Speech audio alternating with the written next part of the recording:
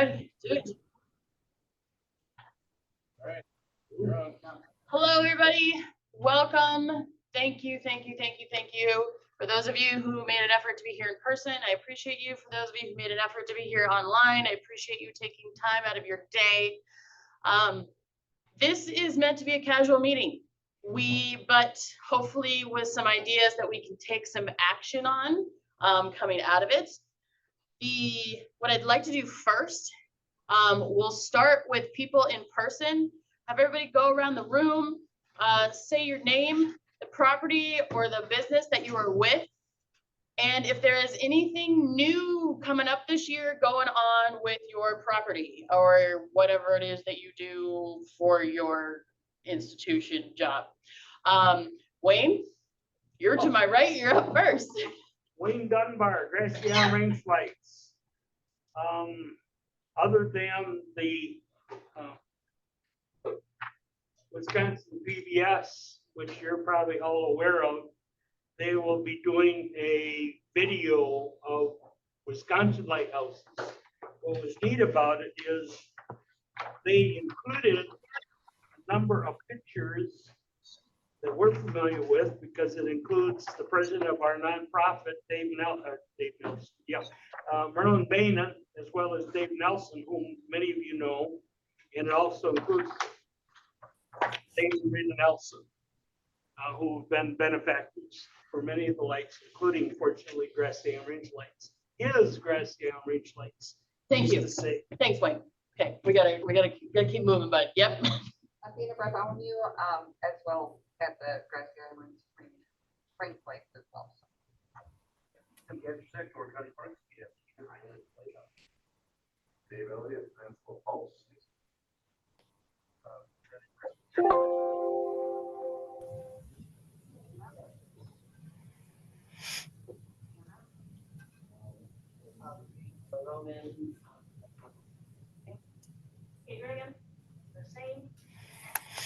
We can't hear on the video, so you might want to be a little louder in the back. Actually, can our staff, well, it's okay. Just keep going because most of our staff's not good talking. Al, just talk loud. Al Wilson, Cane Island. Joe Moss, U.S. Fish and Wildlife Service, Green Bay National Wildlife Refuge. Sam Perlman, Door County Maritime Museum. All right, I don't know which way to go on. They're gonna just go one at a time. Betsy, why don't you start off? Rosemary Palladini, Algoma Area Chamber of Commerce. Denise Anderson, Kiwani Pierhead Lighthouse. And one new thing that we're having this year, which we started last year, is inviting the amateur radio group from Green Bay to broadcast from the lighthouse. I'm Jake Heffernan, and I'm also from Kiwani Pierhead Lighthouse. I'm Tina Jacoby. I'm from the Friends of Rock Island Potawatomi Lighthouse. I'm Betsy Kuhn. I grew up at Chambers Island Lighthouse and now work on Fish Creek Scenic Boat Tours. So I will talk with guests on the way out and on the way back in. And my mom and dad used to lead the lighthouse tours, and now we have some friends that do. Good morning. Go ahead, Mike.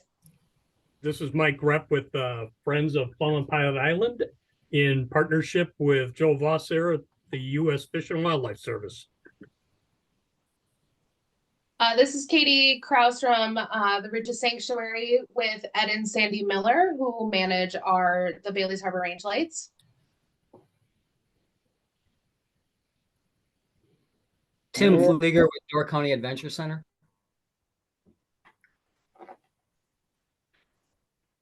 Marley Inksetter with Saildor County and Shoreline Boat Tours. This is AJ Frank with Door County Trolley.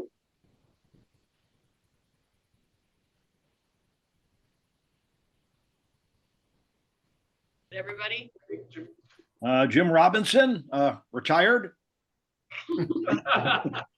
Working with Friends of Plymouth Pilot Island. Then did we get who is Michaela's iPad?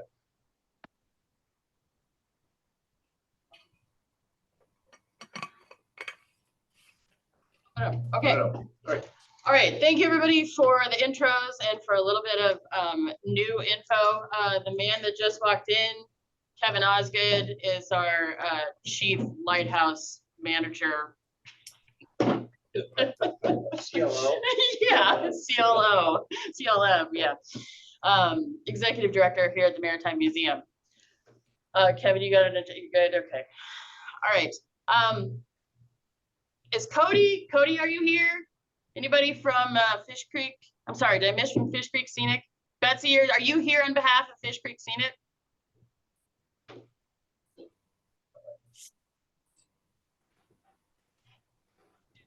Betsy, can you hear me? All right, we'll move ahead. So we jumped through on the agenda. We hit B because we got reports from the boat tour operators and from AJ. Unfortunately, Dave from Van Tours is not able to be here today. Tim is here. Tim Flieger, you are operating kayak tours as usual this year. Am I correct? Yes, I am. I do have questions about maybe possibly adding in a kayak tour to the Birdcage Lighthouse. Ooh, that's a cool idea. Okay. This is it. Like I said, this is a casual meeting. What I would like to hear from your properties is the impact and the value of the Door County Lighthouse Festivals as it is right now, in short, in a couple sentences. And part of our reason for having this meeting is the Maritime Museum has seen ticket sales decrease. You know, we had a banner year after COVID, like everybody did, and since then ticket sales have declined. We're still promoting the weekend. We're still hearing, I would say, Lorraine, probably a similar amount of phone calls of people who are inquiring about visiting the lighthouses themselves on their own, you know, as a self-guided tour. So we started questioning then, what if people aren't buying tickets, what's the value to them of these tours? And is there value to them of what we're offering? And if they're not buying tickets, to me, that probably seems like they're not finding value what we're offering. So if they're not finding value, how do we improve what we're offering? So that's a little bit why we're here, to try and figure out how we can all go above and beyond maybe just these 2 weekends, maybe more.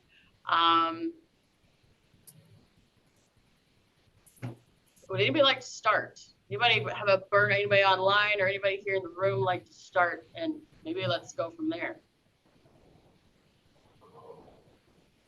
Can I jump in? This is AJ with Door County Trolley. Yes. And you are not solo in the decline of tickets on this. I do a lighthouse tour Monday through Friday, and I've been doing it for 20-something years, pretty consistently.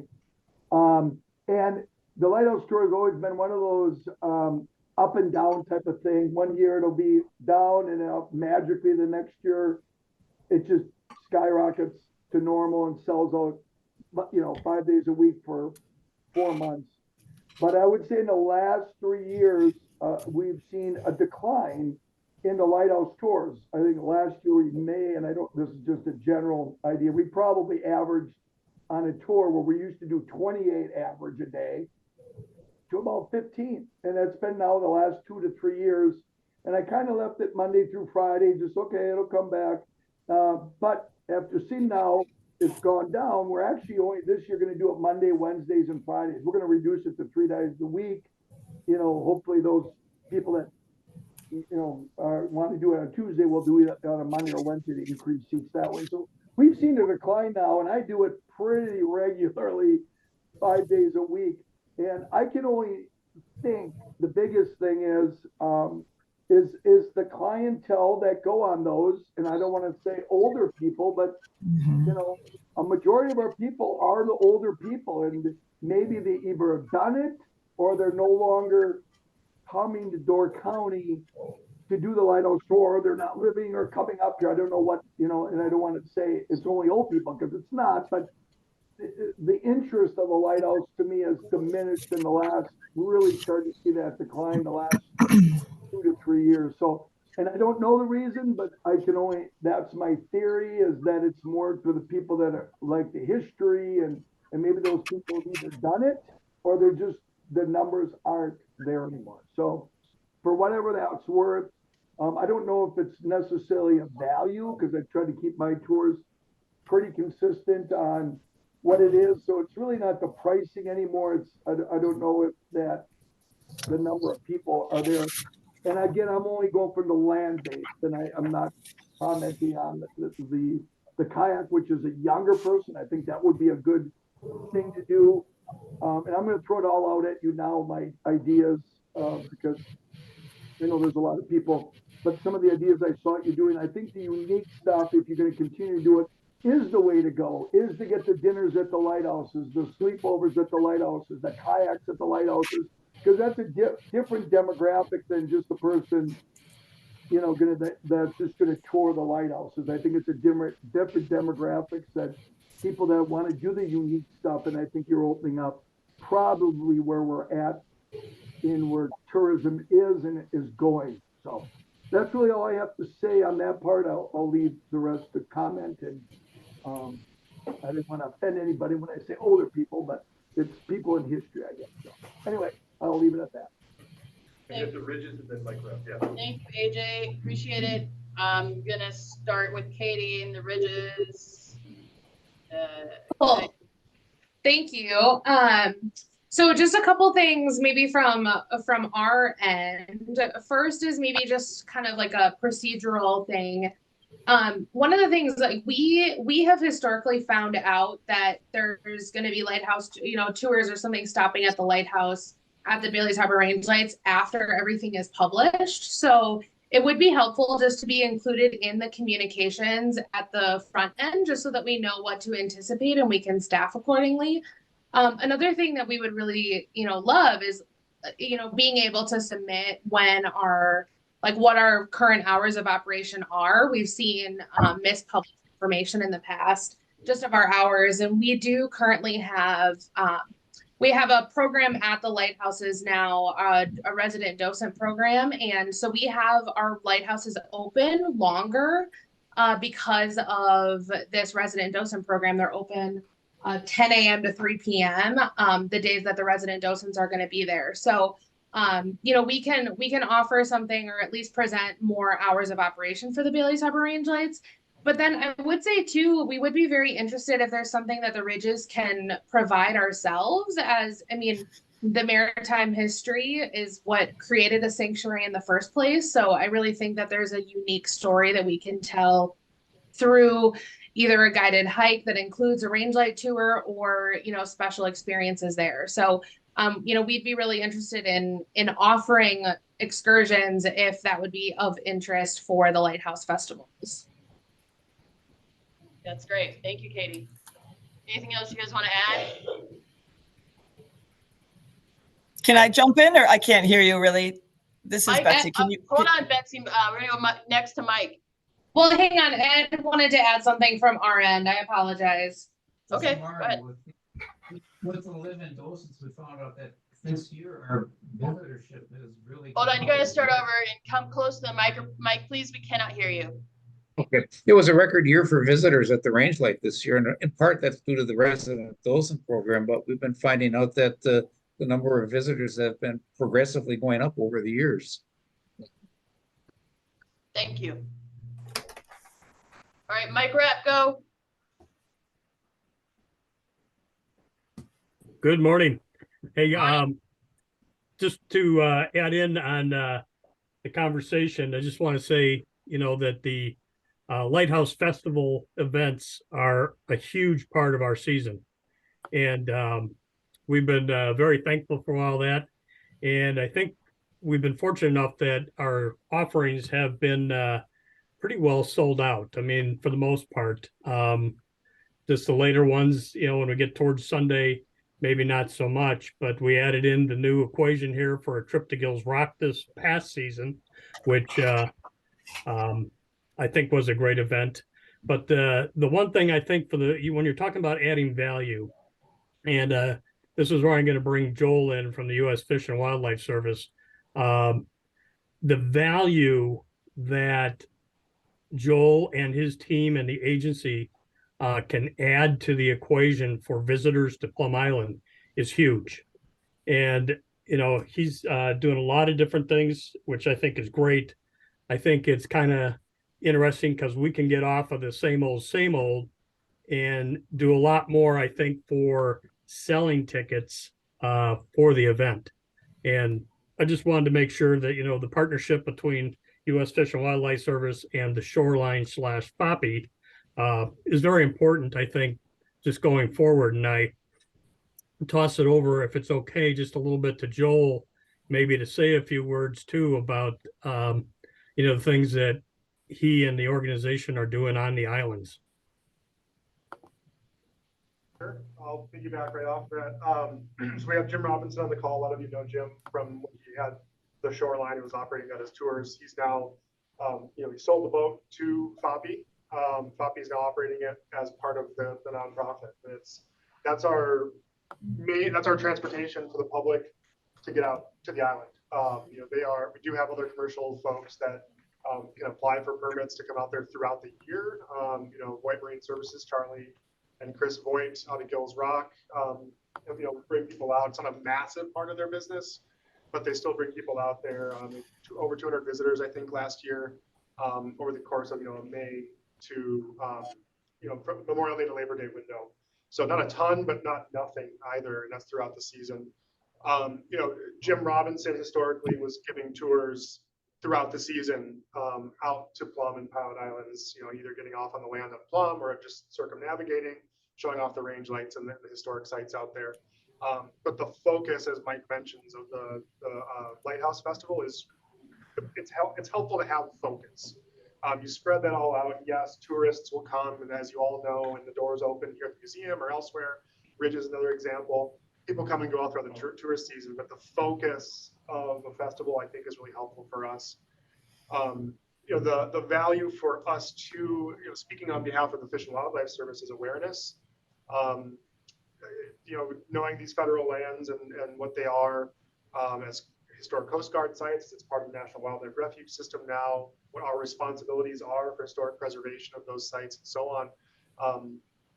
We have a lot of instances of people being judgmental and not curious. And so we try to engage in the curiosity of what is it that you really do? What is it that you are required to do? And people will say things because they think they know things. And this is our opportunity to directly let people know. And so that's very, very helpful. So whether it's through the festival or not, directed, focused, you know, consecutive day tours are a massive benefit for us. I mean, just speaking for ourselves on that side. One of the other big things that Mike alluded to, we've had a lot of talks with FOPI as our official partner, is the overlap with our, you know, wildlife and habitat conservation mission as federal land managers. But the bottom line that, you know, talking with Katie and the Ridges team is, I think we all know that none of our lighthouses would exist if it weren't for the natural history, the geology of, for example, the Niagara Escarpment. We wouldn't have any need for them if this was just a big soft piece of water with nothing to run into, right? I mean, if this was just a bathtub, just fine. But we have lighthouses, we have Coast Guard stations, life-saving service, etc., because of that natural history. And that's the overlap that we try to message, that we're really trying to implement here. And so this, again, the Lighthouse Festival is a component of that. The Door County Festival of Nature is a component of showing that overlap. And so that's a very unique part of us that I think probably Door County can relate to as well for Cana, is that there are these parks. These parks exist, but one of those parks is Cana. That light is there for a reason. It's preserved for a reason, etc. I think we all could agree too that awareness in general raises support. Support can bring in funding. I can't solicit funds as a federal agent. However, FOPI, FORI, our friends, and of course the nonprofits, you certainly can. The tour operators can help increase awareness. And I think there's a bit of my business background before I became a Fed that, is just lingers in my mind to think about the real world that we live in, that I'm not just some federal schlub working in an office, but, I try to find these ways to overlap and gain interest. So that natural history, maritime history overlap is undeniable for me. The partnership with Jim Robinson previous and FOPI now with Operating the Shoreline, they are the official partner of the U.S. Fish and Wildlife Service, not just of my refuge, but of the U.S. Fish and Wildlife Service. And so their ability to provide tours outside of our publicly open hours is a big, big deal. But we do want to make sure that we work with Jim Patterson, that we work with Charlie and Chris Boyd, and offer those permanent opportunities to bring people out. So those are there. I think that the loss of, or the reduction in attendance for the festival maybe hasn't hit us like Mike was alluding to, as Jim Robinson could probably say. We do get people out because it is that chance to come to Plum Island. Everybody could book a trip anytime they want with any vendor, but focusing it really, really helps. So regardless of what that looks like moving forward, that's kind of what I'm looking at is, I need public support. I need to get our message out there because I am the only employee of this 7-island refuge. And so it's through partners and through community partners like this that I can get some help. Sunny's iPhone, you just entered the room. Would you introduce yourself for us? And welcome. Hey, thank you so much. I'm sorry about being a little bit late on the meeting here, but I've been tasked with being in charge of the upkeep of the lighthouses, Raleigh Point and Sherwood Point, and the Coast Guard point of contact here. Okay, so what's your thank name? you so much for having me a part of the meeting. What's your name, sir? I go by Sunny.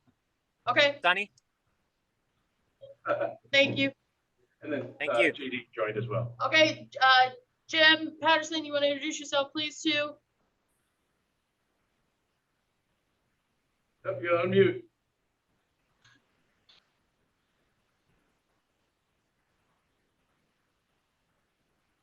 You're on mute. There we go.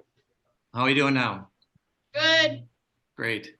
Good to see everybody. I'm happy to join this conversation and this brainstorming session. I started last year as my first year as an operator, a tour boat operator out of Door County, and specifically Bailey's Harbor. And then eventually late in the summer, we got things going in Sturgeon Bay. I think, at this point of the discussion, I tend to think that AJ Frank is on the right track, that there's probably, some maybe been there, done that with a certain, and then on top of the demographic. So I think that probably is a huge driver of the participation and the participants in the past. And I think that what's really, to me, an emerging question is what are young people interested in? What motivates young people? Because I feel like we have such great history and great stories to tell that I think it's maybe how we tell it that needs to change or needs to be looked at more in-depthly or more strategically. I think it'd be really important to, if we could do some kind of a survey or get some kind of database of what motivates different demographic populations. And once we know what they're interested in, then we can cater and dovetail what we believe is to be the messages that we want to get out, and kind of, like I say, dovetail them together. I think that is something worth exploring. Thank you, Dave. Anybody else want to jump in with ideas or thoughts on property and value and? Well, Rosemary, you just had a comment in the chat. Yeah, this is, I when Jim said that, it got me thinking. I also think about not just what audience we want to reach. If we want to reach a newer audience, is how they receive information. It might be that if we're looking for a new audience or a younger audience, we're not reaching them because they're not getting our message. So I think we also have to consider how individuals get messages, how they receive information. A lot is through Google search. And then if we're not paying for SEO, then we're not getting to them to be at the top of the fold to see it. They're using Facebook, they're using Instagram to get those things. So some of it is, I think, also how they receive information. We might be doing all those things, but I just want to make sure it's not that, if we want to reach out to a certain audience, do we have the right marketing mix for that audience? And when you were talking about that, the thing that popped into my head is for my daughter being 21, thinking about that younger generation, they're a lot on TikTok. If we can get some, even started going up on lighthouses, doing pictures on TikTok, showing how cool the landscape is, we've got to be able to think like they do, and they want to go places where they see other people are and how glamorous that looks. Yeah, I've been looking into digital marketing, and the number 1 and number 2 places people go for information are Facebook and Instagram, and then also TikTok. So that's where they're getting event information. Also, they're using Google search. So those are all the places. And when you said your daughter, it reminded me that there was somebody new who came to Destination Sturgeon Bay who just graduated from UW Stevens Point.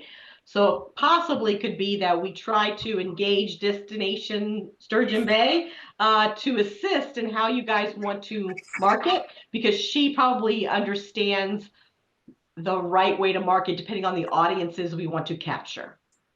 And the big thing is getting those pictures of the water, the blue color, and there's so many beautiful spots in Door County that I know that even when my daughter did come to visit me and we got to go to a couple places, I mean, that was her big thing, was getting those pictures, and being able to post them. So I think if we get even a professional photographer to get out there and get some of those really cool things to start coming up on TikTok, coming up on the Facebook, doing those different kinds of things, that would bring a lot more younger generation in, because they want to get their pictures taken. I'm going to put Dave on the spot because Dave obviously is a media mogul here in the Door Peninsula and our media sponsor for a lot of Lighthouse festivals. So I'd just like to hear some of your thoughts on what you're seeing with our visitors. I get the TikTok, I get the Instagram thing. I think that you got to be careful about that audience that's going to be younger too, so they have the disposable income to pay for these things, right? Right. So I appreciate the idea. I don't know this demographic versus that one based on some ticket sales, you can't keep going after the same audience all the time. You have to find ways to reach out to the same people. So I get that the audience is getting older and maybe they're kind of aging out of this particular thing, but then what's the next generation coming in? What is the 55 to 65-year-old doing? And I think the experiential things make a lot of sense. The kayaking, giving somebody an adventure, an experience, what they're looking for. So it's a little bit about how they're branded. Maybe it's not Lighthouse Tours, it's Lighthouse Explorer. It's just simply thinking of the name. Right. And I would disagree with you, Kate. The people who are coming here can't afford it. They can afford to come here for vacation. They can't afford those tours. Well, I get that, so, but I would no, push back and I say agree. that there aren't that many 21-year-olds traveling in a group. They're coming with their parents, so right. It's not so the demographic. The parents are buying the tickets, not the 21-year-olds. So, right. So it's and they're not necessarily on TikTok. And I almost have to disagree a little bit because I have a 35-year-old with and got 2 kids, and that's fine. You were right. I'm 22-year-olds. So I'm looking at the different age ranges there, and I think that it's even with that generation, including my 21-year-old, doing the experience is a huge thing because she's all about the experience. She's from Colorado. She loves the mountains. She gets those kind of things. So when she came here, she wanted to be able to go and experience that. So I think the experience is a huge thing for many of us. And I'm agreeing. Right. No, that's the same thing I'm on. I think that challenge with festivals, I put on other events who are trying to get people to be able to do something in a confined number of days. So it's not just, there's going to be a wider audience who would love to do tours, but can't do it on that particular weekend. And that's another part of the challenge that you're up against too. But I think looking at ways of expanding your audience beyond what your regular customers are without losing your base, because you need those people. Do you think the base would be attracted to new experiences? Yes and no. I don't think they would shift doing it if it's called the Lighthouse experience. And I'm just putting that out there because I think tours is old. I mean, but it has that connotation. So if you're looking at a way, maybe it's tours and experiences or something that just makes it feel like there's something that they're more engaged with instead of that they're doing instead of being talked to. The tour is a connotation. Excursion. There we go. There's the word excursion. So according to Destiny. Hold on a second. Betsy, I know you've been waiting to talk. You want to go ahead? Did you say Betsy? I did. Okay, thanks. Well, definitely on Chambers Island, we have a 45-minute boat tour out. We have a 1.5 mile hike up to the lighthouse. So we are definitely more interested in getting some younger people. If we can get it maybe posted in the park so those people that are hiking can get, message of. But we definitely want to appeal to younger people as well. There are people that come on the boat and missed that step. And so thank God we have a van that can take those people with walkers and things like that up to the lighthouse. I know that we're supposed to share more ideas later, but we're already getting a whole bunch of good ones. I'm just wondering if we could reach out to like college programs of people that are in geology and people that are in history, posted in the libraries. Maybe we can get the librarians at all of our Door County libraries to host that there's like special readings throughout those 2 times of year that all our lighthouse books to kind of pique interest, or maybe it's prior to that. I don't know. We talked, and I know you guys have said that there's like a passport program, but some sort of kid-friendly passport or a patch and a sticker where they can accumulate patches and stickers from each of the lighthouses that they go to. Back to what you guys were talking about, social media. So I'm 53, got gray hair. I'm not as exciting to look at. But growing up at Chambers Island Lighthouse, I'm super pumped about it. My mom and dad recently passed. They did it for 47 years. They could not figure out technology to get the word out. But my daughters have been out there. I worked at Eagle Bluff also. And I know my daughters, these kind of kids, and I understand the value of a professional photographer. We know Dan who does the drones and stuff. But you grab a couple kids that are interested in this, college kids, and my daughters would totally go to a couple lighthouses. And if you can whet the interest, so if you have like this spot is here, there was a shipwreck right out there, and this poor lighthouse keeper had to go out on the ice. And then, just a short little ditty where you can end with coming up in June is, and you can get here by. You know how Annika Johnson does her Door County Girl stuff?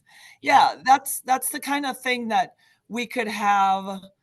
And whether it's our own YouTube channel or whether it just gets tagged onto already existing Door County Vacationers, Door County Explorers, all of those Door County groups.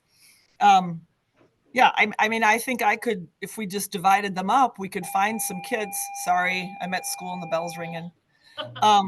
Ridges, right? Katie, you have great, young people that could easily do that. And the other thing is like the trolley tours I think because we are seeing, I feel like some of the people that we get to go to Chambers Island have done it before, and we are kind of running out of clientele. But I wonder if we can switch up and have like themes each year.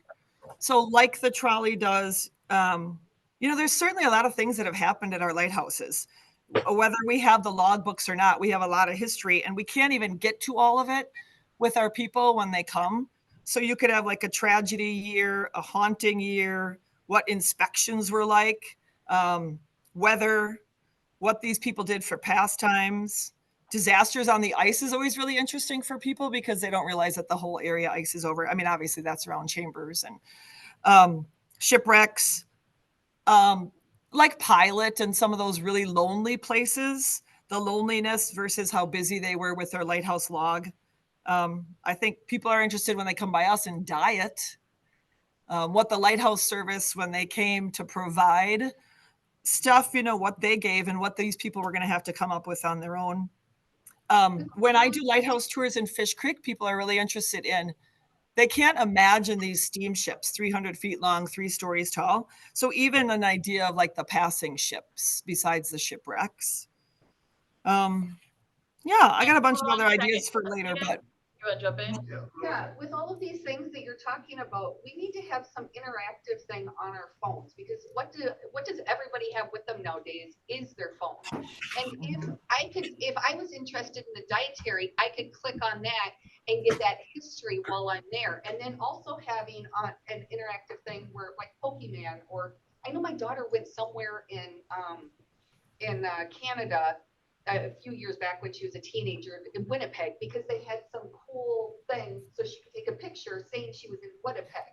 So if we have these things for the lighthouses where you can only get your picture taken there with that sign that says where you're at, there, having some interaction, whether you're older or younger, you still want to be able to have a history of shipwrecks near me. Okay, this is what happened in this area, but you can get that information while you're on the tour. So you can get, you know what I mean, to be able to go there. And then you can also have, like they said, the stamp books, have that on your phone. So every place you can show, oh, I have a history. I went to this one, this one, and this one. These are all the ones that are left. Having it where then they have a destination of, oh, I didn't even know there was a lighthouse over there. Well, if this map comes up on my thing and I'm going to do this tour, it shows me all the other ones. And you can add up points, or you can get a t-shirt, or Let's let Betsy finish. She's gonna go back to class. Okay, Betsy, you want to keep going? You got anything else? Amazing. I've got an orange tree that's producing like crazy. So what? That's not me. I don't know what that is. Yeah, the ridges were up, and then Joel, and then Hal, Rosemary. hold on. Before we get back to the ridges, Hal, you want to go? You haven't said anything yet. Real quick, we roughly saw 50,000 people, put our hands on, spoke to about 50,000 people in Canaan Island last year, a little bit more.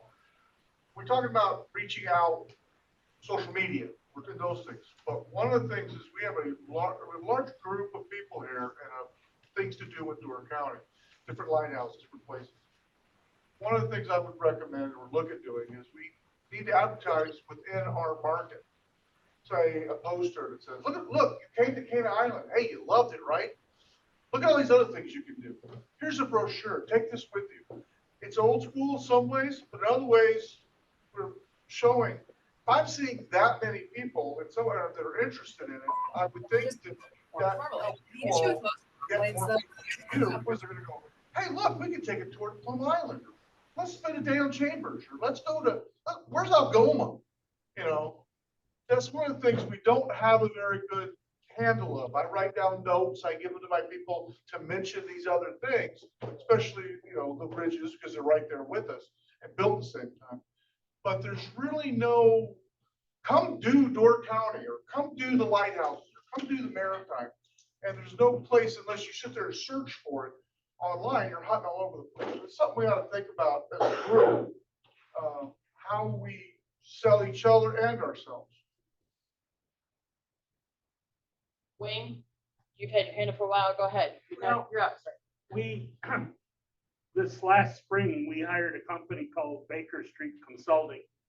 And I was thinking, what a horrible waste of money. The reason we did that is because we, as lighthouse keepers for Grass Island Range Lights, we're all over 70 years of age, except Athena. And that's why she's here. She's our energy. But one of the things that was when we formed a committee in Athena as part of that committee is to communicate and how to get it out to the community and to the world.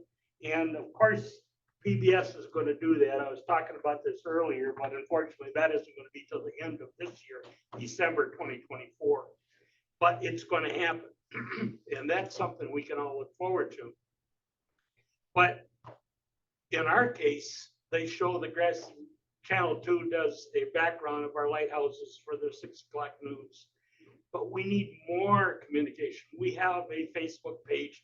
we put that chart out that for the tours as soon as it's available. But somehow we need to, what we're looking for primarily with that is to get some young people in, because we're all gonna croak. But also to just do more of that communication. One of the things that we're doing, I'm working on, is we're gonna put a big sign out by where our lighthouses are located, advertising daily, 24 hours a day, the lighthouses and what's going on and when the events are gonna be. And why there? Because people come down there to launch their boat, or they go down to the marina across the way to launch their boats. They're gonna see that. A lot of people didn't even know they exist, and they've only been there for 152 years. We're not doing a good job communicating, and that's what we are working on, is trying to communicate better, not just for our own selfish purposes. We don't get 50,000 people. But last year, both times for the festival, we had about 100 people each time. We were excited about it. We sold a bunch of t-shirts and 24 passports. Sell passports, people. They work.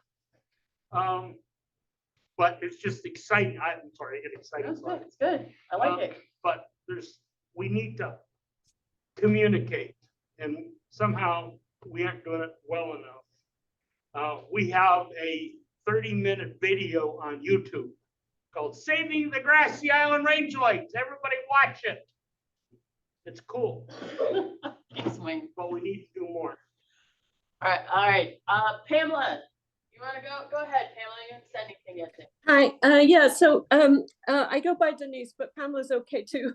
So we have only recently joined the Door County tour here in Kewanee, and we've been very grateful for the visitors that we get through those tours, but though that's not the majority of our visitors. So we found that because we haven't been open many years, we get a lot of local people who have just never, they've grown up here, but they've never been inside the lighthouse. And then we get a lot of visitors who are just traveling up this way and they don't know about the lighthouse tour. And because we're kind of one of the southern ones, they'll visit our lighthouse, and then we send them up. Well, if you're going to Door County, you know, you can go around. And we also find we get a lot of visitors who aren't coming specifically for lighthouse tours. They're coming into town for weddings, for fishing. They'll be going to the Packer game and they stay overnight in Kewanee. So we get a lot of incidental visitors. And I think I agree with the people who just say we need to publicize more any way that we can locally, and then also with you know, websites or statewide tourism, anything like that, because I don't think that especially younger people will probably want to spend a whole day doing lighthouse tours, but we will get a lot of families that maybe are here for a soccer tournament and they have a few hours to spend. What can we do? And they see the lighthouse is open and they come. So we try to coincide a lot with other events going on. And we also need to get volunteers, but when we can, we're open to coincide with something else. That seems to be when we get younger people. We get older people who may just want to look at lighthouse, but a lot of families just come because they have a few hours and they see that the lighthouse is open. Thank you. Thank you. Appreciate it. Joel, go. Yeah, I just want to make sure, Katie at Ridges, your hand was up earlier. Is there something that you wanted to get on before I go?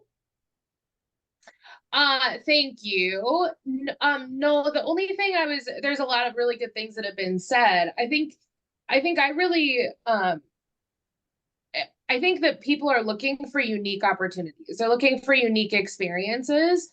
And so, like, if an organization like the Ridges can partner with the Lighthouse Festival to offer a unique experience that they wouldn't be able to experience any other way, I think that that would be something to consider.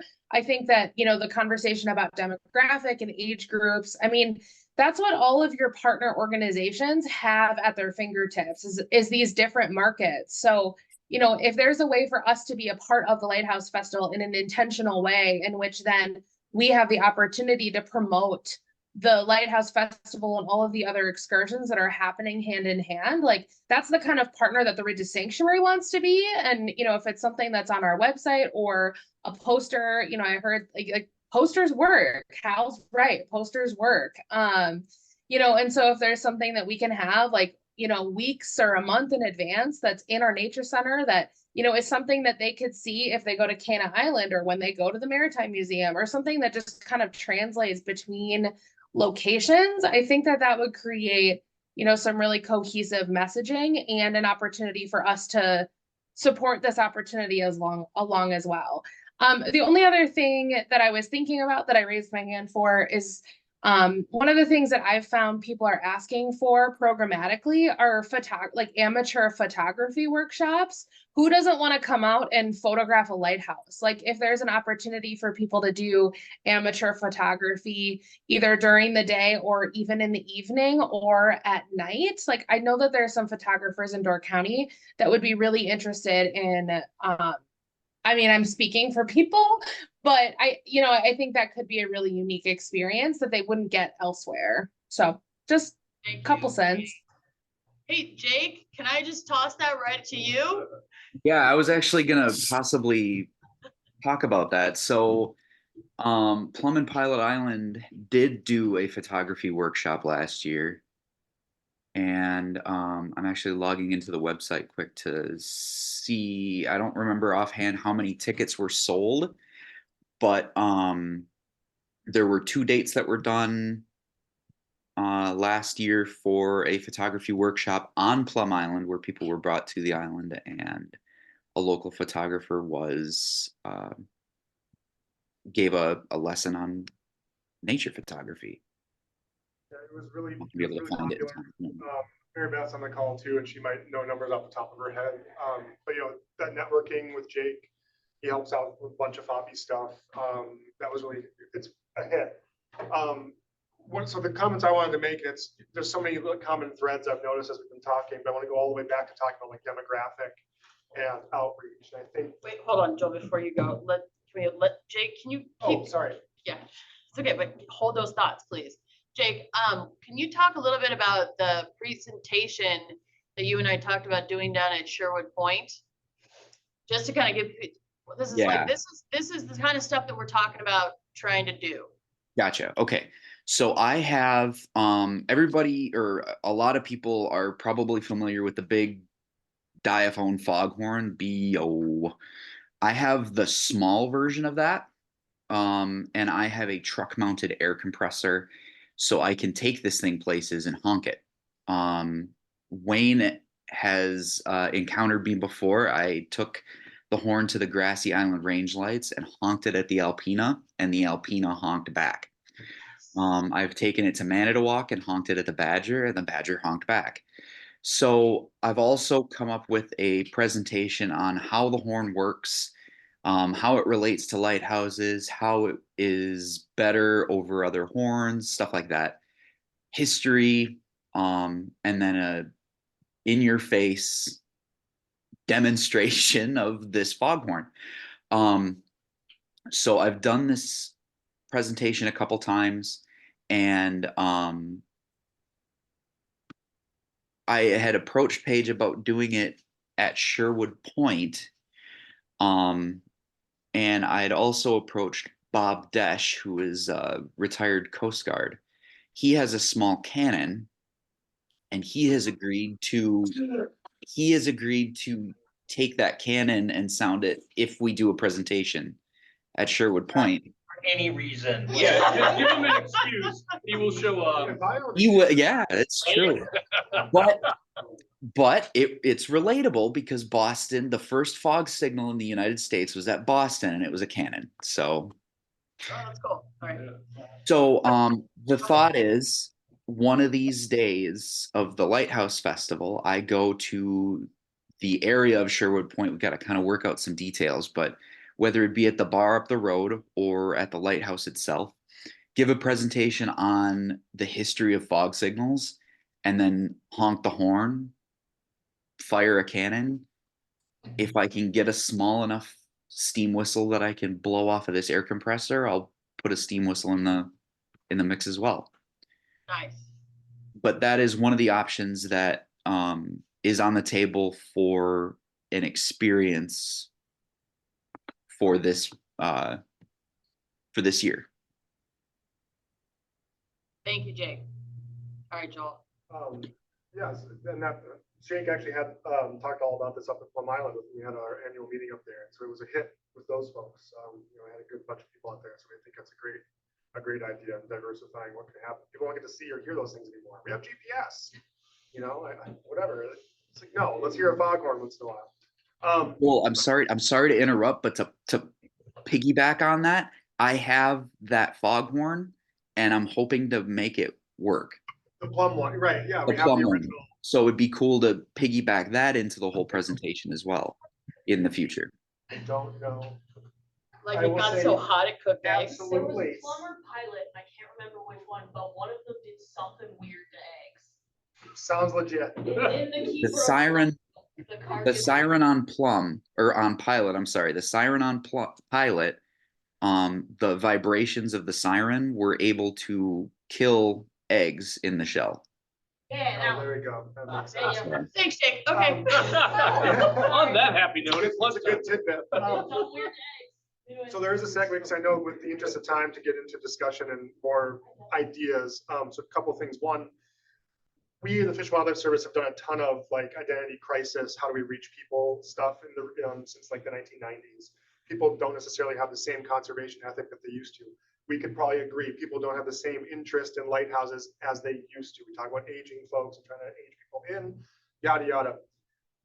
One of the things that we struggled with the Fish and Wildlife Service, I think could be talked about in this as well, is don't ignore our core demographic. I think if we start saying like, oh, forget them, we need to move on to little kids and only concentrate on TikTok, we're going to lose. That's not going to be helpful. I think anyone that works in development, you understand you can't not keep going back to the well of people who repeatedly support you, regardless of age or other demographic. So diversifying what we offer is what's going to bring more people in. When they go home and say, oh man, I had a great experience, or I saw something, I did something. So, but I wanted to segue in because Katie mentioned something that I can identify with, and I think anybody else here who has to handle just regular operations, special events on top of that, plus any other whatever that you're doing to reach the public, it gets really tough. And for someone who's lone ranger, lone manager, we have focused now on 4 main events. There used to be more than that. We used to have a Discover Plum Island where we brought people out just for that. Well, we realized, why are we reinventing the wheel? So we combined it into the Festival of Nature. And so one of those components is to stack it. So now you discover Plum Island as part of Festival of Nature. And thinking about, the hard part for me to manage and for Fabi to even manage too with the boat now is we have a spring and a fall. Mike mentioned, things taper off, usually Saturdays, Sundays, people are heading home, yada, yada. So I wonder about centralizing and like, when are people here? And I can tell you, as someone who's only lived here for 3 years, my knowledge of Door County growing up in the Twin Cities was Cherries, Sturgeon Bay, Sister Bay, anything north of there. What? We all know, living here now and the work we do and the places that we can visit, there's so much more to it. But when do people come here? And I wonder, I'm not asking nor demanding, but I wonder about what's stopping from something about like when people are here for cherries and weddings and so on. I know there's other community festivals going on. And if there's too much happening, how do people choose to come here? And I think if I'm going to choose one trip to Door County from Chicago, if I'm going to choose one trip to Door County from the Twin Cities, let alone Madison or Milwaukee, I'm going to come cherry blossoms. I'm going to come when the colors are turning. Holidays. I'm going to come over a holiday. That's what I'm just wondering. That's again, I wonder, and I think also for capacity, it might help. And that might bring the core demographic back to focusing on, a festival and trying to show up for that and giving it our all, and hoping that the rest of the year can bring, hey, come back. We offer these tours. Hey, come back. There's this opportunity. Hey, we're always here, but this festival is when we really showcase stuff. I got go. I gotta go because I'm not going anywhere, but everything that's been said, the last 2 or 3 comments, it's all boiling down to a really, really good basis for a great soup. And diversify what we offer. Look at what we have been. And to be upfront, museum staff met yesterday, and one of the things we chit-chatted about was this. So there's already we had 24 hours advanced thinking on some of this. But it's basically been a very loose confederation to offer tours and sell tickets. And we call it a festival. It's not really a festival. But diversifying what we offer. The Ridge is putting together something really cool for one of those nights. Something really cool at Plum and Pilot Island. Something really cool at the Grassy Island Range Lights. Adding these things to the tours are just one element of Lighthouse Festival. Let's pull these other things together, these smaller events. We don't have to have a giant meeting like this. Each individual site can contribute their own. What are you going to do special during spring or fall or both? And let's get that on the calendar. And it may have a fee. It may not. It may be an educational opportunity and nothing more. And to pull all that together, basically probably just a web calendar of everything, because I can't count the number of times on Lighthouse Fest weekend I'm talking to people who were there and they had no idea it was happening. They stumbled into it on their weekend trip to Door County, and I hand them they can't buy tickets because it's probably Sunday or Saturday and it's late. So they're charting their course themselves on the map of the county of where I'm going to go. So one of the things that the museum is looking at doing is, in addition to the fantastic effort and partnership we have here on the peninsula, is trying to get one of those broadcast television stations to become an electronic partner in this at no charge, because we're all nonprofits here, to help raise awareness and direct people to either the website for the events and the ticket sales, but to drive that knowledge. So, because we know where our guests are coming from, and they might be sitting in the valley, they're watching their favorite TV station to see what the weather forecast is going to be that weekend. And if it's going to be good, they're going to decide on Thursday night or Friday morning to go to Door County. And if this is going on and it coincides with that, and they see something cool happening at Grassy Island that they can hit maybe on Friday night and then come up and take a boat tour out to Plum and Pilot Island on Saturday or Sunday, and now we're giving them a bigger reason and more befitting the term festival than we have in the past. Short of having a street party, and I don't know if anyone wants that. Nobody wants to have a street party. Nobody wants a street party. Yes. So yeah, I think coordination, expanding the event, I think adding experiences of those things that you're talking about is great. I would say, like, maybe Destination Door County wants to expand the shoulder seasons. This is slightly outside the regular season. It's early June. But the other challenge with that date, to your point, is that you have to plan for coming to Door County anyways. Like, if you shift the event to a July, August, when there are no hotels open and people want to book tickets, then you're losing another audience that might already be entrenched at buying lodging ahead, which leads me to a question of, you release tickets in March and April. Do you want to do that even earlier? If people want to make this an experience where they're spending the whole weekend and doing stuff, they've got to get lodging. Booking a place in April for June is a tight window for somebody. So if you're advertising a year ahead, but not letting them actually know if they can actually go until only 2 or 3 months ahead, you're losing the people that are making this into a trip. And the other challenge is because it's so early in June, it's hard to market to people that are here. I help organize the Door County Wine Festival. It's the same thing. They're actually the last weekend or the third weekend in June this year. The wineries don't help market because the tickets aren't for sale when they have the customers, right? They're closed. Like, the ticket sales go on sale in November. Most of the customers are gone already. So we're talking about opening the ticket sales in September or even right after the event for the next year, so that people start planning a year in advance. It would let you sell tickets in the museums year round for an event that's taking place further away. Just putting it out there, it might help sell tickets because it is book a place, stay, and then attend the festival. So that's one part. When you're talking about partners and photo classes, my mind went to Peninsula School of Art does a photo class. Could you partner with them and make this part of one of their classes? The Clearing does similar classes. They do something, so you got a whole nother Painting photos that come up here all the time. Yeah, but could you make an experience, a class of painting and photos and make that part of the experience? And when people are talking about videos and all this stuff, there's a lot out there already that I don't think everybody is aware of. In 2017, one of my companies did a 12-minute video for Destination Door County on the history of Door County lighthouses. We interviewed a number of the staff from here. There's footage from every single lighthouse. The thing has had 16,000 views, but it never was, Destination Door County buried it and never got it out. They paid a lot for the video, but they forgot how to use their, I'm just honest. And then there's. Move on, Dave, move on. And there's other ones.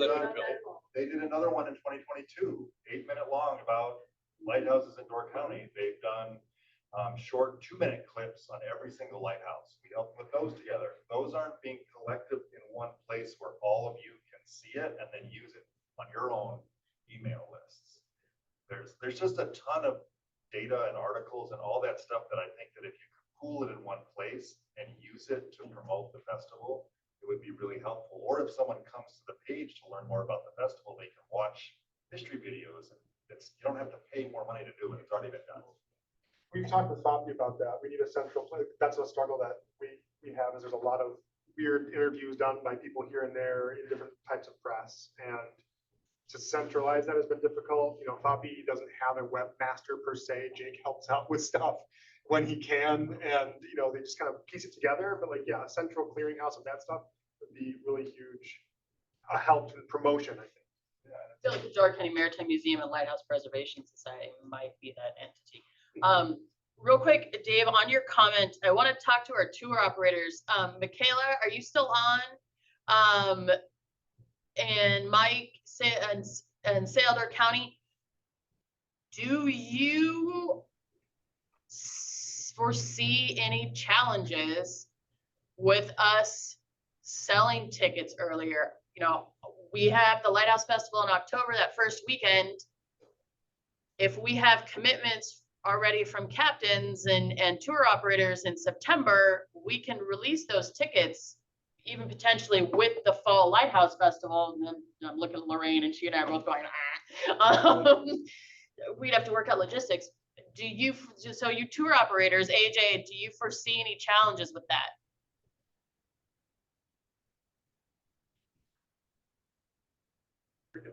Sailor County, I see you unmuted, go.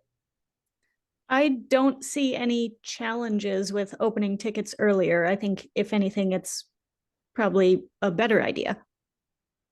Okay.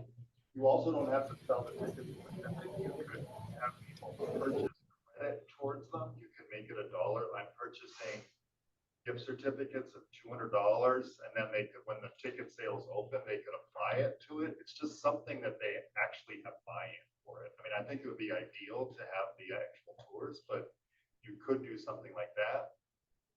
Because my brain went to, okay, if you let only open some and not all, then someone says, oh, I signed up for this one, now I want to transfer to that one. That screws everything up. Yeah, that's too much.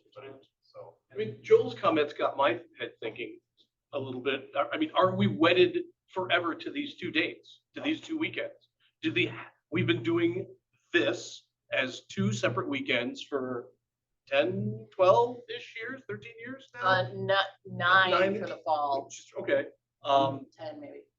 Are we wedded to those 2 weekends? Do we have to continue to do 2 separate weekends? Can we consolidate to one lighthouse event in the heart of the summer? And not for next year, but One for the advantage future?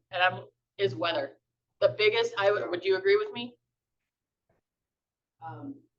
Years ago, when I first started working here, the Lighthouse Festival was a little later in October. It actually kind of worked with the Columbus Day weekend, but this weather just wasn't our friend. It was, we struggled for many years with the weather. This is why we opted to make it a little earlier in October, just because that first week in October, because weather seems to be a better, friendlier for us. And then June, I believe it's always been in June. It's kind of like, after Memorial Day weekend, that's our kickoff for summer stuff, summer events, and people, we have like older people that come in June. July and August is meeting like more family oriented in the county, but June is like kids are still some in school, there's still some sports going on. Families in the early June do not really come up as much, but the older crowds do come up right before the previous summer. So this is why those dates are chosen for. And then of course, in October, kids would go back to school in September. And again, we had that older crowd that come in October. And then the weekends are still family, but it just seems to work well for us as well. So the challenge with moving it to the July, August is you're competing with so many other events. Oh, I know. Even later in June is the same thing. I mean, there's 7 festivals on the weekend after Lighthouse Festival. What about partnerships with lodging? I mean, is there a way that lodging would come in? Because this is early enough in June when all the hotels and B&Bs, they're not all booked. And if you could come up with packages of stay here on this weekend and enjoy Lighthouse Festival, if you could get them to promote the event for you and they can stay there, or even, if you can get a larger one that they're actually shuttling everybody around. I mean, maybe there's a lodging sponsor or a couple that could help out. Stone Harbor steps up and actually contributes $2,500 to the Lighthouse Festival, and they become a sponsor that people should stay at. That then, because they've put the money in with you, they're promoting that weekend to fill it too. And your emails are promoting them, so it's a quid pro quo. And you do it with Northern Door hotels too. I think there's an opportunity there, and if you keep it on those dates, those aren't high traffic, so they're appealing to hotels to invest in as a partner.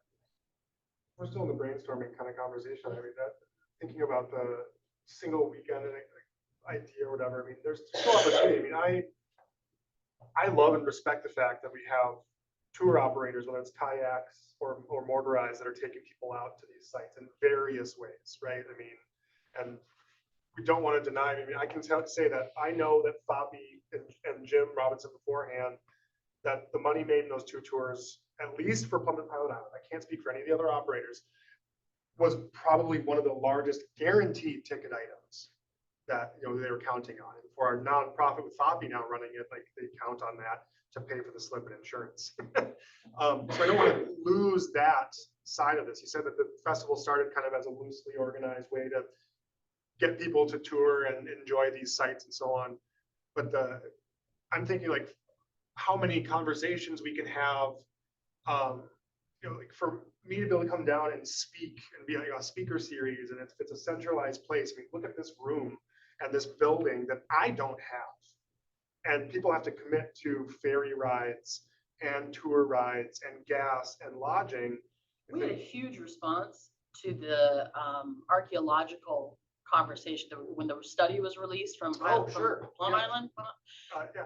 The researcher came and spoke. The room was filled. Absolutely, and I can call James tomorrow and have him come out and do it again. Right. I mean, he's not in my pocket per se, but he is. So I think about that way. I think about it for us, and I don't know how many of you in the room have ever, if you're birders, and birding festivals. And I used to help on a coordinating panel for a birding festival up in Homer, Alaska. You want to talk about hard to get to. And it's in early May. Talk about not a fun time to be in Alaska. There's still snow. Massive, because they focused on it. They engaged people, and they had folks coming, driving 5 hours down from Anchorage through Lord knows what to come out. But you offer those excursions, but if it's central, I wonder if it's time to bring things in and advertise out versus advertise out and hope it brings things in. Does that make sense from a business standpoint? But I don't want to hang our tour folks out to dry on something like that. Jake said make June National Lighthouse, make June Door County Lighthouse Month. Posted that there. Get the commissioners to pass a resolution and say it, boom, we're in. You know, I think August is National Lighthouse Month Right. already. It's going to be tough to try to piggyback an entire Lighthouse Month in Door County in August. June would probably be better for that. August.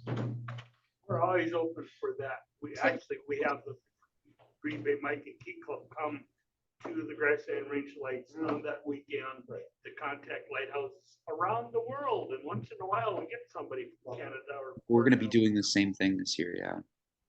I really keep going Hold on, back to. yeah, it's like, Tim, you've been sitting on, I think, you've been sitting on something for a while? Couple things. Okay. Now backtracking though too. Can you guys hear me on Zoom? Good. All right. Just going back on what Joel was saying and what Dave was saying, do we have a centralized demographic analysis that was been done with all these groups that are here today saying, this is the age, this is where they're native to, this is their interests? Yes. Yes. Last year, 2 years ago? Yes. Yes. Okay, so you guys, have you guys focused your advertising around that then? Yes. Assuming, We I'm have coming in as a museum. freshman, excuse me. This is my first Okay. meeting here. But I thought, if we have that with a centralized website, put all these things together, like these miscellaneous videos that can be plugged into it. Does the Maritime Museum have like a coordinator to put this all together, these videos and whatnot? Or at least put a playlist on a single webpage. I'm not Click trying here, to click here, volunteer click here. people right We have now. we have a YouTube page that all these things could live on, absolutely, yes. All right, all right. One of the things too, and going back with what Dave was saying, just doing these credits, we've been working with the Door County Triathlon, and one of the things that they've noticed is they have a big bolster in sales this year. They did a preseason sale for a discounted price a couple months earlier than normal, and what that's done is they're maxing out pretty quick, and it's they're doing pretty good. So They are doing better than fast. Dave, has the discounted offering had an impact? On the Tribe, yeah. you've been part of that. Yeah, I'm the vice president of the Tribe board.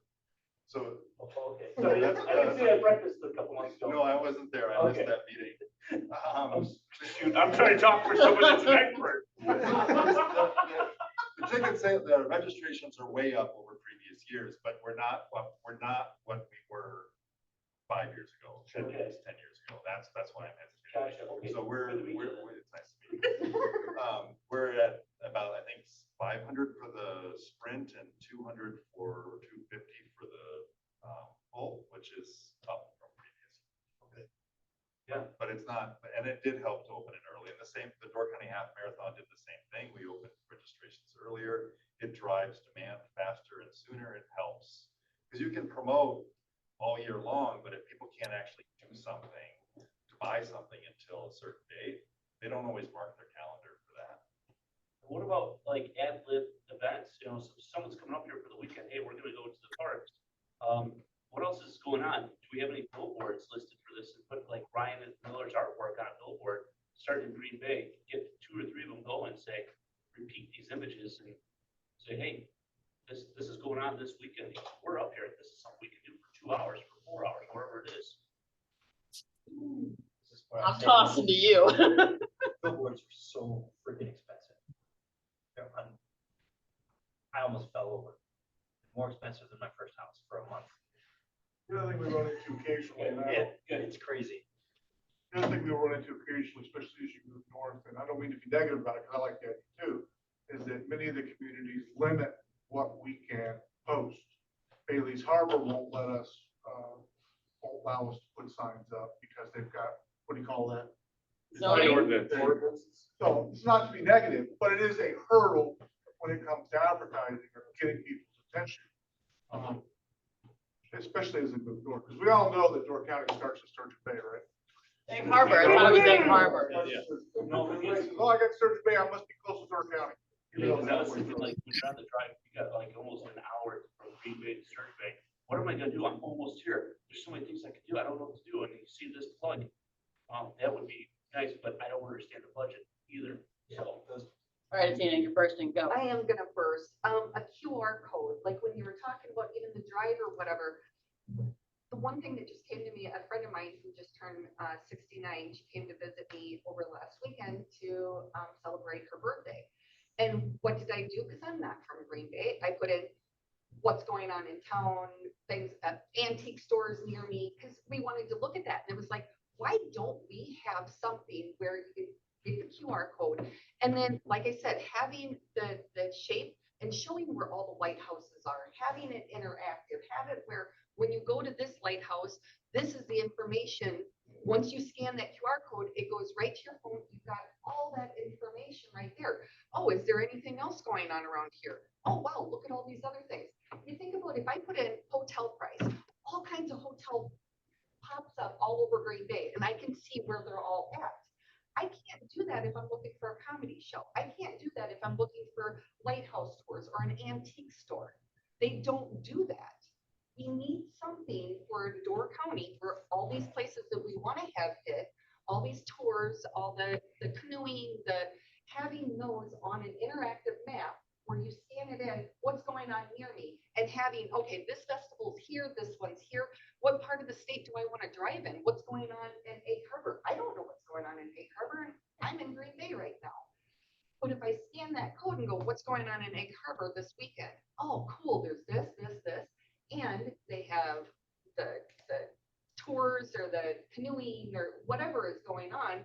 That gives me a whole variety of ideas. So if we're really gonna like look at a bigger picture, I guess, yes, I was bursting at the seams because I thought I just ran into this with my friend looking for antique stores in Green Bay. Hey, Paige? And I didn't know what was going on or what's free, what's available. That's great. Thank you. Go ahead, Jim. This is AJ. Sorry to interrupt. Real quick, because I'm going to leave here. I got something going on. So the question I would ask, because the meeting obviously is revenues, right? I mean, that's why you're doing that. You're looking for ideas. So ultimately, this is a fundraiser for Door County Maritime Museum, obviously, right? That's how it started. That's what you're doing. The question I would do, anybody in business, I'm sorry? Also for the participating properties. Okay, well, but it ultimately is a fundraiser, right? Yes. Maritime? Yes. I mean, ultimately, that's what you're doing. And I, as a business or anybody in the economics of it is, one, is what you're doing currently worth the time and effort and the revenues that you're getting? That would be number one question that only you and Sam and the Maritime is saying. We're putting all this effort, all this advertising. What we're getting out of it, is it worth continuing? As is, right? In other words, if I'm going to run a tour and 3 people are on it, I'm either going to say, okay, that tour's not working, or I need to retool this thing. So ultimately, I would say one, in all the different ideas and all the great properties, and they all are great, because I deal with most of them, no question. But the ultimate goal of this meeting that I get out of is this event currently, as we do it, worth the revenue and time worth it? If the answer is yes, then continue what you're doing. If the answer is, well, we're slipping, we're not making the revenues, one, is it worth it? And I don't say to give up the festival, I'm not saying that, but maybe is to shake it up and say, we got to rethink this all out. We can't do exactly what we've been doing. Maybe we slim it down. Do we make fewer events at a higher cost? AK, like I'm throwing things out, dinner at a lighthouse, staying over at a lighthouse, where you tone it down and say, okay, let's see what worked this year for revenue. If that's the ultimate goal, and again, I don't know, because I know there's a lot of places involved and there's a lot of revenue and people. So I'm not by means saying, let's get rid of it. I'm only saying, ultimately, I think the meeting was what, ultimately for you guys to make that decision is what do we want to get out of it financially? And two, do we retool or keep it the same? And that's my only thing to you. I think there's some really unique ideas to isolate and do things, shaking it up because it's not working. And so I would only say that would be the way to look at the new lighthouse. And I will say one other thing, and I heard about, when you're going in June, July, August. because I've been doing the Lighthouse tour, Lighthouse walk-in, I think since it started. So 20 some years when I was at Orchard Country. And I'll tell you one thing, and I noticed it even today. May is just, when we took it away from May, that's when I really saw the numbers start to decline, because people in spring, and you have to think, I always think like a tourist myself, people in spring, even to this day, my weekends in May are absolutely crazy. And Dave knows this, he runs a marathon. People come from everywhere because they got to get out of the cab and they want to come to somewhere where it's rejuvenating, and Door County is that. I really always thought, and I know the boats is a big factor, and I know that's one of the reasons it went away, and I get it. May can be rainy and crappy and windy, and I get it. So I'm a land-based tour, so I'm not affected as the boat. So I do get the moving it, but I would say certainly at least think about May, because people are looking to escape. And you come anywhere in May, just come in May on a Saturday, between the marathon and all the weekends and Saturday. It's crazy. The people come up in droves because they're just looking for a place to escape. So I'll leave it, and I'm not going to say any more other than, one, you have to look internally, is this worth it? You know, what can you do to financially make it work? And two, perhaps sliding it back into a May. And again, I know that probably cringes with a boat tour, and I get it, and kayak, but it is a month where people love to come up and vacation, and you're not fighting anything other than yourself. So I'll leave it at that, and I thank you. Two with raised hands. All right, Sunny and I think Jim. Sunny, go ahead. Can everyone hear me? Yep. Okay, perfect. So like I had said, I'm the POC for the Coast Guard at Sherwood Lighthouse, and we have an opportunity from everything I've heard in the meeting to advertise some of these events going on in my lighthouses with QR codes like we had identified too. A lot of people that come up and stay in the lighthouses don't know all the events that are going on, and we can use that platform to let the military members and their families to know about what's going on. I think that we can assist in that manner, just as simple as a poster or whatever the powers to be can come up with. I mean, I've been to Orlando a bunch of times and seen all the little flyers. We can have something like that in these lighthouses for our members to know that there's a lot more to do in Door County. And the good thing about our opportunity is we have military people coming in and out every single year. So you're going to continuously get different people. I could go to my base right now and say, hey, do y'all know about the Lighthouse Festival? And there's probably about 3 people that know about it. So we have an opportunity here from our side that I want to make sure that we contribute to assist this. Thank you. Hey, Sunny, this year we got to coordinate with grass mowing, okay? Yeah, definitely. All right, sweet. Yeah, I just took this over 37 days ago. So Sweet. So thank you so much for that. That's right. We know how the mowers work, so we can show you if you need.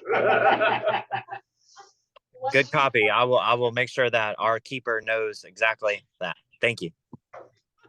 We had a mowing party there last year. Right on. All right. Does anybody have what? Go ahead. I think JD had something, and then. Okay. Yeah.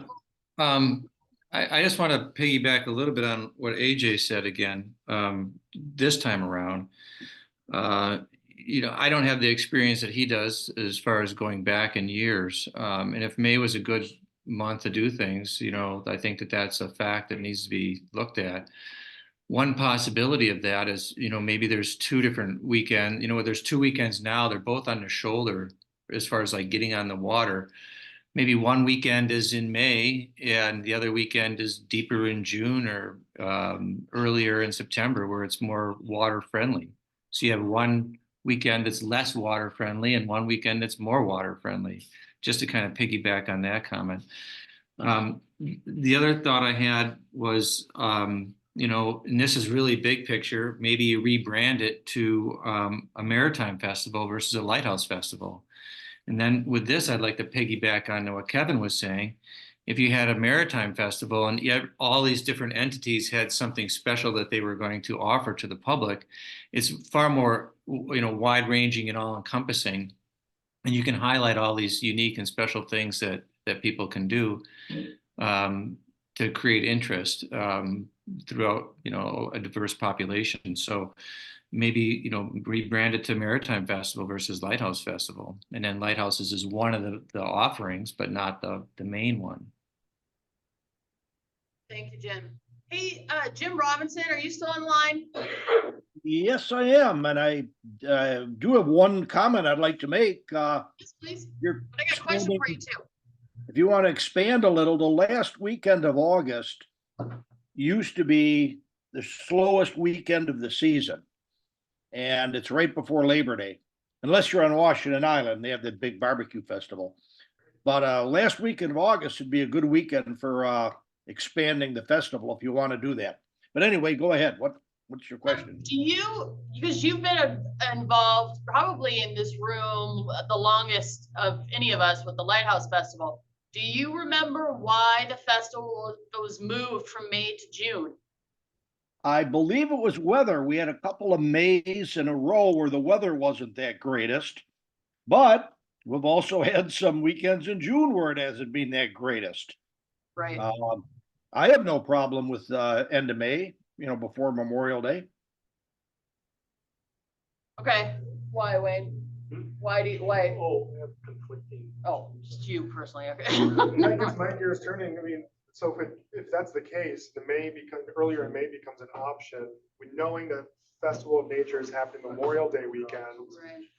Memorial Day also, it's tough to recruit and so on, because some people have plans, but it still happens. Festival of Nature still occurs across the peninsula. It's a really cool event. If we're looking for tours and increasing awareness and so on, I mean, if Maritime Festival or Lighthouse Festival is earlier May, and then Festival of Nature happens, knowing that, at least in my site, I don't know what anybody else's sites, up and down, the highway corridor here within reach, Festival of Nature, you can get involved with that because I'll help you craft your messaging that your lighthouse exists because of nature. And why not then promote and say, hey, if you'd like to come back, if you want to sign up for tours on such and such, and tour providers and other folks can say, we're still here. If you're up here Memorial Day weekend for vacation, know that there's stuff happening at Ridges, there's stuff happening at Public Pilot, there's stuff happening at blah, blah, And I wonder if that helps promote, and it's almost, anyway, spitballing. That's fine. So I'm looking at you because I'm vaguely remembering Kingdom So Delicious and Festival of Blossoms and those other attempts at week-long festivals in the past. Actually, we need to wrap it up. Yeah. So, okay. 12:30. So, folks who are online and folks that are here in the room, So Lighthouse Festival is soon, right? And as far as getting things out, getting everything published, getting it to the newspaper, getting all those tour tickets, getting those tours. So what I need from each of you is maybe a couple of the realistic ideas that you think you can execute for this year, for June, that we can turn around and get published into the schedule. And maybe, something that you think you can pull off for October. Well, and then I can have conversations with each of the individual properties or individuals and tour operators. Does that sound like a doable plan? Head nods, thumbs up, if that's something. Okay, those of you who don't have video on it, so I can't see anything. Hey, Paige, can you send an email out with exactly what you need? Sure. Just like with exactly like title, descriptions, like exactly what you want to publish. That'd be very helpful. Will do. Thank you, Katie.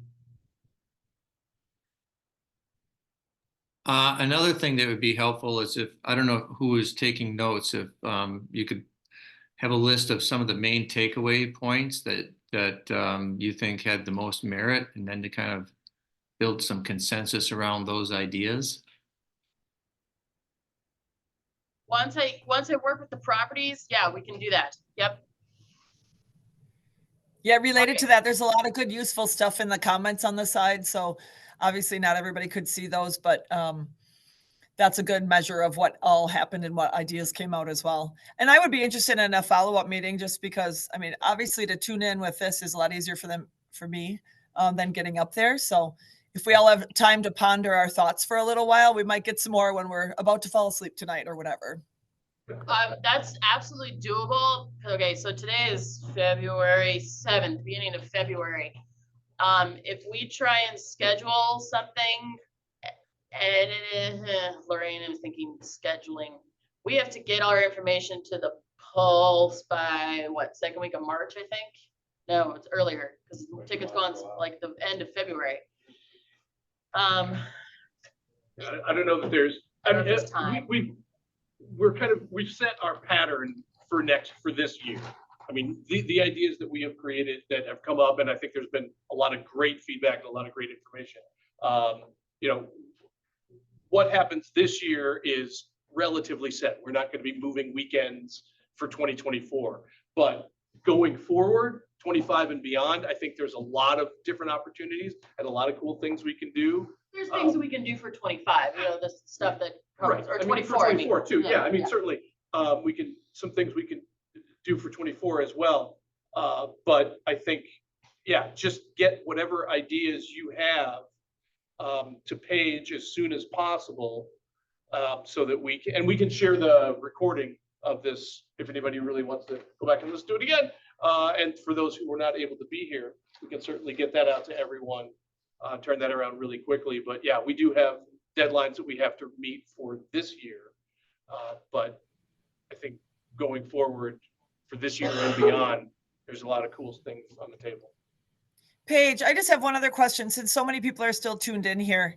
Do you, in looking for our ideas, do you, rather than having a whole bunch of separate emails come in, is everybody able to work off of like a Google Doc?